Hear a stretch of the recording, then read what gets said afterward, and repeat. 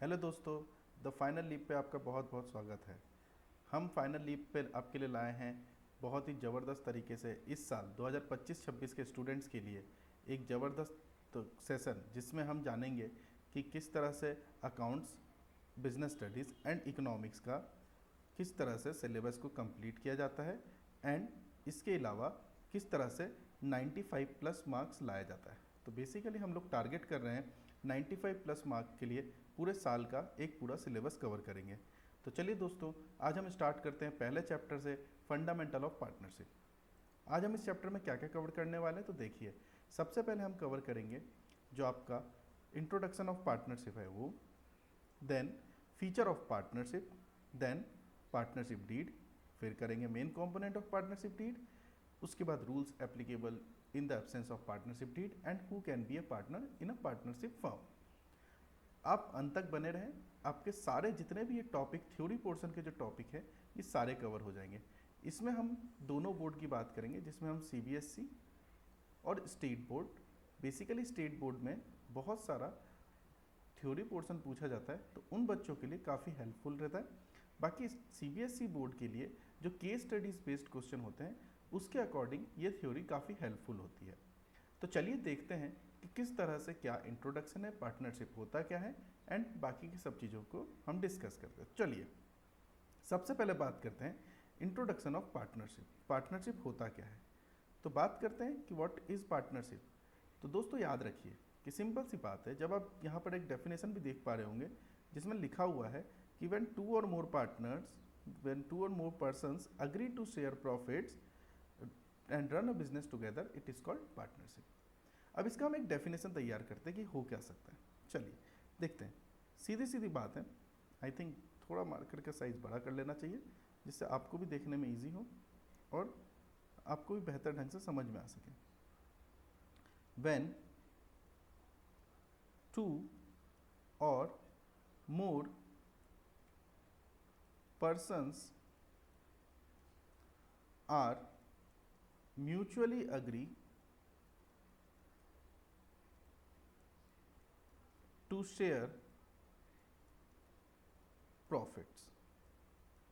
अब दोस्तों ये जो आप डेफिनेशन देखते हैं, इससे बेनिफिट क्या होता है कि सिंपल सी अगर आप बात समझिए कि इसमें मैंने दो बातों का स्पेसिफाई किया हुआ है कि एक तो to or more person, right. इसका मतलब क्या हुआ कि आपके पास जो मिनिमम पार्टनर है, जो आपके पास मिनिमम पार्टनर होते हैं वो कितने होंगे, मिनिमम पार्टनर आपके पास हो जाएंगे दो। मिनिमम पार्टनर दोस्तों कितने हो जाएंगे, वो हो जाएंगे आपके पास दो।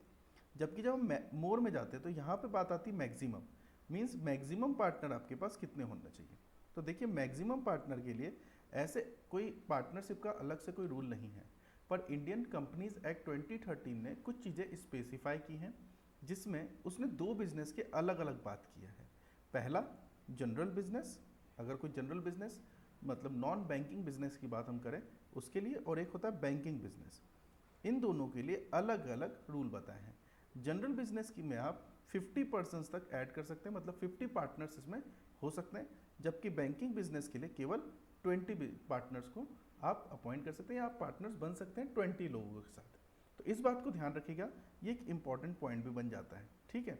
अब इसकी डेफिनेशन देखते हैं कि जो बेसिक जो है बेयर, जो हम कहते हैं सेक्शन जिसमें इंडियन पार्टनरशिप एक्ट होता है, वो क्या कहता है। इंडियन पार्टनरशिप एक्ट 1932 कहता है सबसे पहले पार्टनरशिप के बारे में, फिर पार्टनर्स के बारे में, एंड देन फर्म के बारे में। इसके अलावा एक फर्म का नेम भी बताता है वो। तो ये सब चीज़ के बारे में क्या कहता है। सबसे पहले पार्टनरशिप की बात करते हैं। तो partnership is the relation between persons who have agreed to share the profits of a business carried on by all or any of them acting for all. यहाँ पे दोस्तों एक सबसे गौर करने वाली बात क्या है कि यहाँ पे जो बोला गया है कि सिर्फ शेयर द प्रॉफिट्स बोला गया है, सिर्फ शेयर प्रॉफिट्स बोला गया। इसका मतलब आप केवल क्या कर सकते हैं, आप केवल प्रॉफिट को शेयर कर सकते हैं, जबकि लॉसेस के लिए कोई भी बात नहीं की गई। इसका मतलब क्या होता है, लॉसेस जो आपके होते हैं वो आप बेयर करना पड़ेगा आपको। ये याद रखिएगा दोस्तों, शेयर केवल प्रॉफिट किया जाता है। जैसे ही आप शेयर की आप एक तरह से राइट लेते हैं, ऑटोमेटिकली आपके ऊपर एक लाइबिलिटी हो जाता है कि आपको लॉस भी बेयर करना पड़ेगा, ठीक है। तो इसी को पार्टनरशिप कहते हैं। अब यहाँ पे क्या होता है, person who have entered into partnership, जो पर्सन इंटर्ड हो गए हैं, मतलब कि जो पार्टनरशिप में इंटर हुए हैं वो क्या कहलाएंगे, वो इंडिविजुअली कहलाएंगे पार्टनर्स। और जब कलेक्टिवली हम बात करें, जब हम बात करते हैं कलेक्टिवली, तो वो बन जाता है फर्म, और उसका नाम जो होता है वो कहलाता है फर्म नेम। ठीक है, एग्जाम्पल के लिए आप समझिए दोस्तों कि है क्या। एक सिंपल सी बात समझिए कि ये एक राजू नाम का व्यक्ति है, ये श्याम नाम का व्यक्ति है। राजू और श्याम ने एक डील किया कि चलो हम क्या करते हैं, एक बिजनेस साथ में करते हैं, मतलब एक टुगेदर वाली बात हो गई, टुगेदर बिजनेस करने की बात हो गई। तो जैसे ही इन दोनों ने साथ में बिजनेस करने का सोचा, मीन्स इनकी जितनी भी रिस्पॉन्सिबिलिटीज ड्यूटीज़ हैं वो सब आपस में बांटने की सोची, प्रॉफिट बांटने का सोचा, तो ये दोनों क्या कहला गए, ये राजू एंड श्याम क्या हो गए, ये कहलाएंगे पार्टनर्स। और दोनों जो साथ में करेंगे, जो रिलेशन बनेगा, इसको कहा जाएगा पार्टनरशिप। तो इन बातों का बहुत ही अच्छे से ध्यान रखें। इसके आगे बढ़ते हैं, हम जानते हैं कि फीचर क्या है।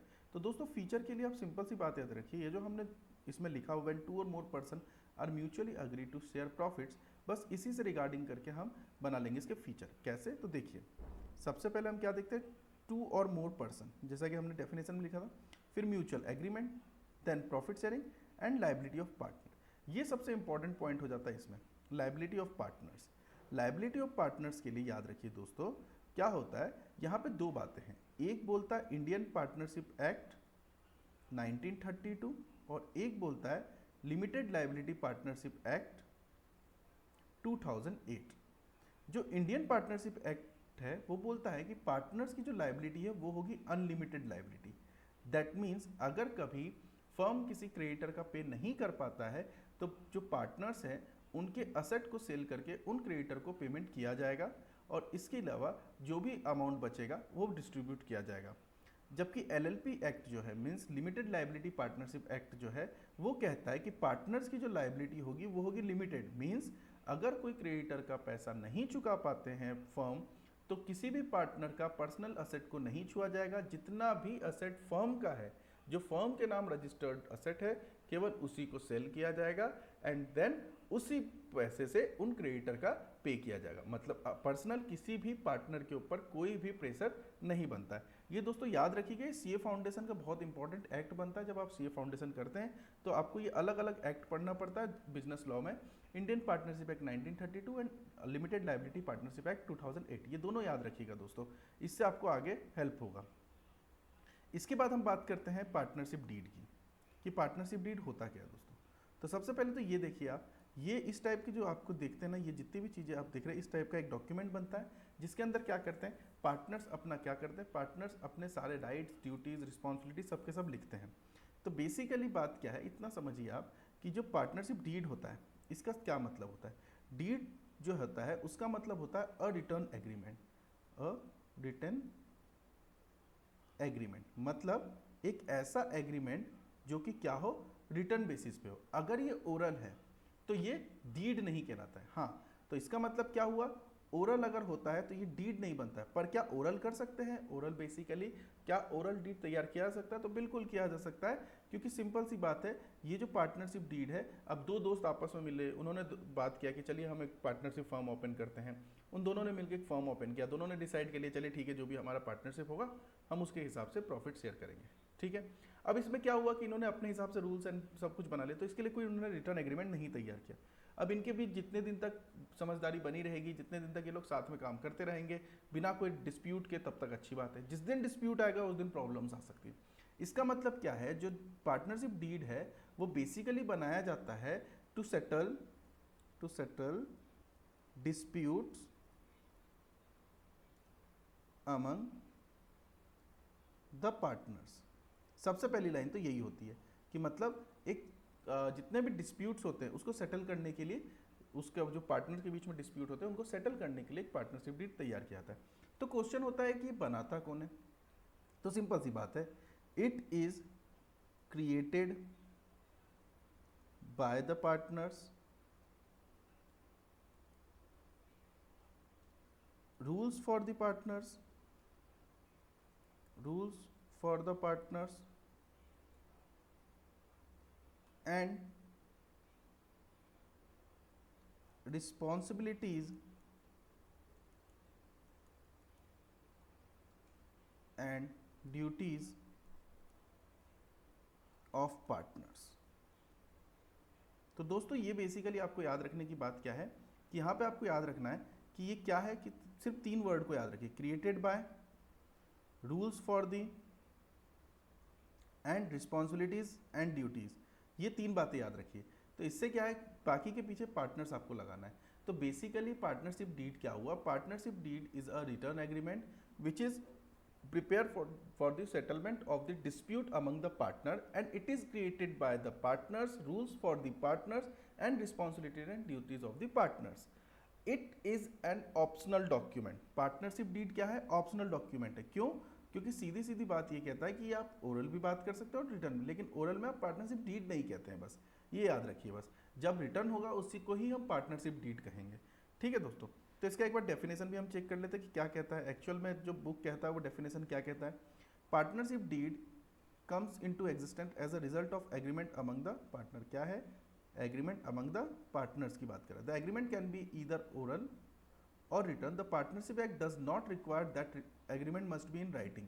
बट ये जरूरी नहीं कि अब बना हो, ठीक है, जरूरी नहीं कि इसकी ये लिखे में हो, but wherever it is in writing, the document which contain terms of the agreement is called partnership deed. या यहाँ दोस्तों ध्यान रखिएगा, it is writing, okay, it is in writing. It generally contains the detail about all aspects affecting the relationship between the partners, including the objectives of business, contribution of capital by each partner, ratio in which the profits and the losses will be shared, and the entitlement of partners to interest on capital, on interest on loan, etc. चलिए, तो मतलब इसका हम इससे और भी कुछ निकल के आता है। इसका मतलब ये है कि मेन कंपोनेंट क्या है। तो मेन कंपोनेंट देखने के लिए हम सबसे पहले दोस्तों बात करेंगे, जो सबसे पहला जरूरी चीज़ है वो है क्या, तो वो होता है हमारा name and address of the firm. Name and address of the firm means क्या है कि जब भी आप कोई भी फर्म, पार्टनरशिप फर्म बनाते हैं तो सबसे पहले आपको उसका नाम लिखना पड़ेगा और उसका एड्रेस लिखना पड़ेगा कि वो एक्चुअली में फर्म कहाँ पर एग्जिस्ट करती है, उसका ऑफिस किधर है। Then name and address of the partner, name and address of the partners. देखिए दोस्तों, टोटली 23 पॉइंट्स है, बट अभी हम सिर्फ 10 पॉइंट डिस्कस करेंगे जो इंपॉर्टेंट है, मीन्स मेन कॉम्पोनेंट में भी important point. Okay, third one is nature of the business. ये दोस्तों एक बार अच्छे से समझ लीजिए नेचर ऑफ बिजनेस है क्या। कई बार केस स्टडीज में क्वेश्चन पूछ लिया जाता है। सिंपल सी बात समझिए, ए एंड बी दो पार्टनर हैं, ठीक है दोस्तों, ए एंड बी दो पार्टनर हैं। ये क्या करते हैं, ये दोनों ने एक पार्टनरशिप फर्म में स्टार्ट किया, ए एंड बी ये दोनों मिलकर एक बिजनेस स्टार्ट कर रहे हैं। कौन सा शॉप, रेडीमेड शॉप को ये ओपन कर रहे हैं। उस रेडीमेड शॉप का प्रॉफिट हुआ 10 लाख रुपीज़ का। On the other hand B has their his own business which is shoe shop. उस शॉप से उसको 5 लाख रुपए का प्रॉफिट हो रहा है। अब ए डिमांड करता है कि मुझे जो है वो 7.5 लाख रुपए, मतलब 7,50,000 प्रॉफिट दिया जाए। दैट मीन्स कि हाफ इसमें से और हाफ इसमें से दिया जाए, जिस पर बी डिनाई करते हैं। क्यों? क्योंकि सिंपल सी बात है, वो बी का बिजनेस है। अब इसमें सबसे इंपॉर्टेंट बात ये हो जाती है, क्या इन्होंने पार्टनरशिप डीड बनाते हुए नेचर ऑफ बिजनेस लिखा था? अगर नेचर ऑफ बिजनेस लिखा था तो ये केवल जो प्रॉफिट डिस्ट्रीब्यूट होगा वो केवल और केवल 10 लाख में से डिस्ट्रीब्यूट होगा। तो इसीलिए नेचर ऑफ बिजनेस लिखना बहुत इंपॉर्टेंट हो जाता है।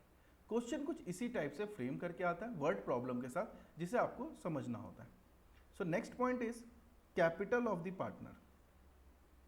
एक सेकेंड रुकिएगा, इसका और बेहतर कर देते हैं। कैपिटल ऑफ द पार्टनर, ठीक है। ये कैपिटल से हम 3 बातें और निकालते हैं। सबसे पहले देखिए दोस्तों, कैपिटल ऑफ द पार्टनर्स, सबसे पहले हम बात करेंगे, इसी कैपिटल से वर्ड एक और आ जाएगा, interest on capital. Interest on capital मतलब सबसे पहला क्वेश्चन तो यह है कि क्या इंटरेस्ट ऑन कैपिटल पार्टनर्स को दिया जाना चाहिए या नहीं जाना चाहिए। दूसरा बड़ा क्वेश्चन कि अगर दिया जाना चाहिए तो किस रेट पर इंटरेस्ट ऑन कैपिटल देना चाहिए, ठीक है। तो ये 2 बातें आती है। अगर नहीं दिया जाना चाहिए तो बात ही खत्म हो जाती है। इस इंटरेस्ट को लेके हम 2 बातें और क्रिएट करेंगे, जैसे इंटरेस्ट ऑन ड्राइंग। सेम बात कि अगर कोई पार्टनर ड्राइंग करता है तो उसे कितना इंटरेस्ट पे करना चाहिए, करना भी चाहिए या नहीं करना चाहिए। And third is interest on loan, interest on loan.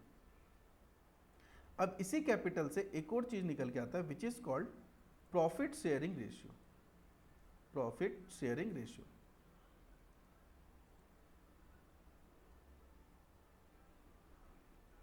चलिए, तो प्रॉफिट शेयरिंग रेशियो क्या बोलता है कि जो प्रॉफिट शेयरिंग है वो किस रेशियो में होना चाहिए। तो वो रेशियो हमेशा याद रखना है कि वो पार्टनर आपस में डिसाइड कर सकते हैं कि उन्हें किस रेशियो में रखना है। इसके अलावा पार्टनर की salary and commission, salary and commission, and the last point which is not least at all which is called arbitration. ये आर्बिट्रेशन जो है ये बहुत ही कमाल का पॉइंट है, इसे बहुत सारे लोग नहीं भी समझाते हैं और कई बार लोग छोड़ भी देते हैं। आर्बिट्रेशन एक सिंपल सी बात समझिए, आउट ऑफ कोर्ट सेटलमेंट कहते हैं इसको। दैट मीन्स क्या होता है कि कई बार पार्टनर्स आपस में डिसाइड करके कुछ अपने एक्स एम्प्लॉयज़ या सीएज, एडवोकेट, सीएस, सीएमएज को क्या करते हैं, हायर करते हैं और उनको इनकी एक टीम बनाते हैं, लाइक 3 पीपल, 5 पीपल या 3 पर्सन, 5 पर्सन, 7 पर्सन की एक टीम बनाते हैं। एंड देन उनके सामने अपनी प्रॉब्लम्स रखते हैं कि ये प्रॉब्लम है, इसका क्या सॉल्यूशन हो सकता है या इसका क्या डिसीजन हो सकता है। तो मेजॉरिटी जिस चीज़ को, जिस भी कंडीशन को या जिस भी प्रॉब्लम्स को वैलिड करके उसको कंडीशन को अगर आपके पक्ष में या विपक्ष में जो भी डिसीजन सुनाती है, वो सारे डिसीजन जो पार्टनर्स हैं उनके ऊपर लागू हो जाता है और वही फाइनल फैसला होता है। इससे 2 फायदे होते हैं। पहला तो पैसों की बचत हो जाती है कि मनी बहुत कम लगता है, क्योंकि कोर्ट जाने का जो खर्चा है या लॉयर का जो खर्चा है उससे कम में सेटलमेंट हो जाता है। दूसरा सबसे इंपॉर्टेंट, टाइम की बचत हो जाती है कि कोर्ट में जितने दिन केस चलेगा उतना टाइम जो खर्च होगा, इससे अच्छा आउट ऑफ कोर्ट सेटलमेंट करने से क्या होता है कि टाइम की बचत हो जाती है। इसीलिए आर्बिट्रेशन बहुत इंपॉर्टेंट पॉइंट बन जाता है। आई होप आपको यहाँ तक चीज़ें समझ में आई होगी। अगर आपको समझ में कुछ कोई भी पॉइंट अगर दिक्कत दे रहा है तो आप कमेंट में बताइए, जिससे कि हम उस पर और बेहतर तरीके से वीडियो बना सकें और आपको समझा सके। देखिए दोस्तों, ये पूरा एक पॉइंट है, आप चाहें तो इसका स्क्रीनशॉट ले सकते हैं कि एज इट इज़ जो लिखा हुआ है, इसमें कुछ एक्स्ट्रा पॉइंट्स भी अगर आपको चाहें तो आप ले सकते हैं। अब कंडीशन आता है, ये तो पार्टनरशिप डीड हुआ तो करना है। अब कंडीशन ये आता है कि अगर पार्टनरशिप डीड ना बने तो क्या करना है, मतलब rules applicable in the absence of partnership deed. तो समझिए, इसको बहुत ही ध्यान से सुनिएगा। सबसे पहले तो कोई आईओसी नहीं दिया जाएगा, मतलब किसी भी पार्टनर को कोई इंटरेस्ट ऑन कैपिटल नहीं दिया जाएगा। जब इंटरेस्ट ऑन कैपिटल ही नहीं दिया जाएगा तो रेट का तो सवाल ही नहीं उठता है। सेम फॉर आईओडी, मतलब इंटरेस्ट ऑन ड्राइंग भी पेबल नहीं होगा। सो इंटरेस्ट ऑन ड्राइंग भी किसी भी पार्टनर को नहीं लगेगा। Third, there will be no salary and commission for the partners. जो भी पार्टनर को सैलरी और कमीशन की बात करी गई है वो चीज़ नहीं दी जाएगी। कब? अगर पार्टनरशिप डीड नहीं है, मतलब एक रिटर्न डॉक्यूमेंट नहीं लिखा हुआ है। उसके अलावा प्रॉफिट शेयरिंग इक्वल हो जाएगा, प्रॉफिट शेयरिंग क्या हो जाएगा, इक्वल हो जाएगा। ठीक है दोस्तों। And last but not least, interest on loan, interest on loan जो है वो आपका हो जाएगा at the rate 6% per annum. ये पर एनम बहुत इंपॉर्टेंट टर्म है। कई बार स्टेट बोर्ड में क्वेश्चन डायरेक्टली पूछ लिया जाता है कि interest on loan in the absence of partnership deed provided will be 6% per annum, 6%, 5% per annum या 5%। तो ये चीज़ क्वेश्चन पूछ लिया जाता है, तो इस चीज़ का अच्छे से ध्यान रखिए। लेकिन इस इंटरेस्ट ऑन लोन में एक बात बहुत ज़्यादा ध्यान रखने वाली होती है, वो ये है कि loan must be given by the partners to the firm।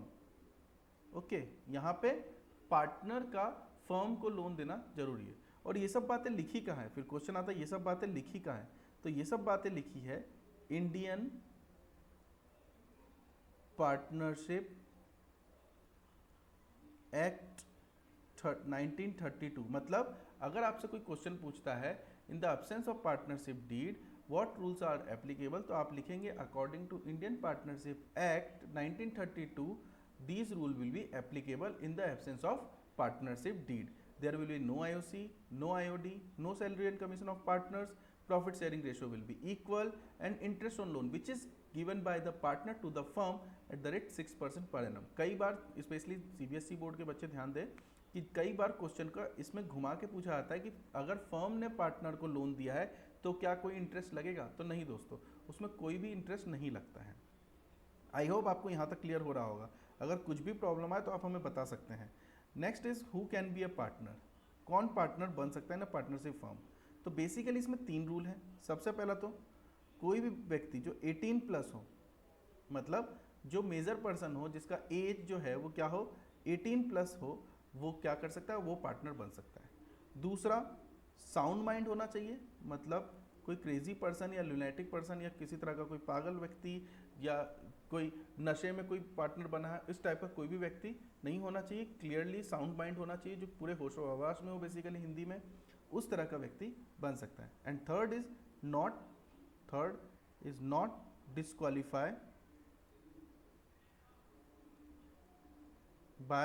Disqualify by any law, मतलब अगर लॉ ने, मतलब इंडियन पिनल कोड या इंडियन भारतीय न्याय संहिता की अगर हम बात करें, अगर उसने किसी भी व्यक्ति को पार्टनर बनने से या बिजनेस करने से मना कर दिया है तो वो व्यक्ति पार्टनरशिप फर्म में एज अ पार्टनर ज्वाइन नहीं हो सकता है। तो ये 3 मेजर पॉइंट है जिसको ध्यान में रखते हुए हमें पार्टनर बनाया जा सकता है। कई बार क्वेश्चन पूछा जाता है कि क्या कोई माइनर पार्टनर बन सकता है। माइनर पार्टनर बन सकता है फॉर द प्रॉफिट शेयरिंग, वो कुछ अलग सर्कमस्टेंसेस जिसके ऊपर हम बाद में बात करेंगे। अदरवाइज कोई भी व्यक्ति पार्टनर नहीं बन सकता, उसके राइट्स जो हैं वो अलग अलग हो जाते हैं। इस बात को आपको ध्यान रखना पड़ता है। तो आई होप आपको आज का पूरा चैप्टर अच्छे से समझ में आया होगा, थ्योरी पोर्शन अच्छे से समझ में आया होगा। नेक्स्ट क्लास में जब हम मिलेंगे तो हम बात करेंगे कि किस तरह से इंटरेस्ट ऑन कैपिटल को चार्ज किया जाता है, इंटरेस्ट ऑन ड्राइंग कैसे करते हैं, इस डिफरेंट चीज़ें हम लेंगे। तो आज के मोस्ट इंपॉर्टेंट फैक्ट्स जो हमने कवर किया था, वो सबसे पहला पॉइंट जो आपके लिए आया था वो था कि जनरल बिजनेस में होते हैं 50 और बैंकिंग बिजनेस में होते हैं मैक्सिमम जो पार्टनर बन सकते हैं वो होते हैं 20 माय मिस्टेक 20, बैंकिंग में होते हैं 20, ओके, बैंकिंग में होता है 20।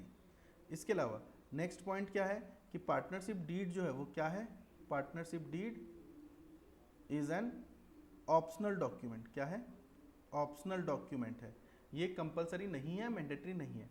And third is in the absence of partnership deed interest on loan will be provide 6% per annum. ये 3 पॉइंट आपको अच्छे से कवर करना है। इसके अलावा आपके लिए होमवर्क छोड़ के जा रहा है, अगर आपको किसी भी तरह से लगता है तो आप इसे इजीली लिखें, समझें, जानें। अगर आपको किसी तरह का कोई दिक्कत आ रहा है तो कमेंट करें, किस तरह से आंसर को राइटिंग करना है, ये हम सब इसके ऊपर डिस्कस करेंगे। सबसे पहला क्वेश्चन है, explain why is it consider better to make a partnership agreement in writing. Then discuss the main provision of the Indian Partnership Act 1932 that are relevant to partnership accounts if there is no partnership deed. Okay, तो दोस्तों I hope आपको class अच्छे से समझ में आई होगी। हम आपके लिए क्लासेस लाते रहेंगे accounts, economics and business studies की, तो आप बने रहिए और चैनल को देखते रहिए। आपको कोई भी प्रॉब्लम हो, किसी भी तरह का प्रॉब्लम हो, डाउट्स हो, आप कमेंट कर सकते हैं या हमारी वेबसाइट पे आप रीच कर सकते हैं www.thefinalleap10.in पर आप रीच कर सकते हैं। इसके अलावा आप चाहें तो हमारा ऐप भी डाउनलोड कर सकते हैं, द फाइनल लीप के नाम से हमारा ऐड है, आपको ये लोगो दिख जाएगा इजीली। सो आई होप आपको आज क्लियर हुआ होगा। अगर नहीं हुआ है तो भी आप कमेंट करें और हमें बताएं कि आपको क्या चीज़ समझने में नहीं आया है या आप और क्या समझना चाहते हैं। तो आपके कमेंट को हम रिगार्ड करके उस पर्टिकुलर पॉइंट पर भी वीडियो बनाने की ट्राई करेंगे, या हो सका तो शॉर्ट्स बनाएंगे। So thank you so much, हम मिलते हैं आपके साथ नेक्स्ट क्लास में। Thank you.